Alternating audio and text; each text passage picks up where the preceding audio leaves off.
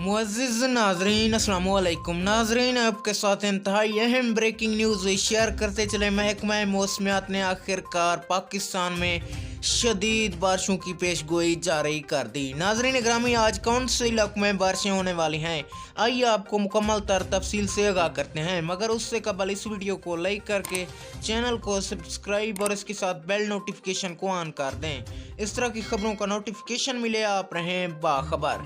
नाज़रीन ग्रामी, महकमा मौसमियात की ताज़ा तरीन रिपोर्ट के मुताबिक मुल्क के बेशतर इलाकों में मौसम सर्द और खुश्क, जबकि पहाड़ी इलाकों में शदीद सर्द रहेगा, जबकि गिलगित बल्तिस्तान, कश्मीर और मुल्हक्का पहाड़ी इलाकों में चंद मकामात पर बारिश और पहाड़ों पर बर्फबारी का इम्कान है।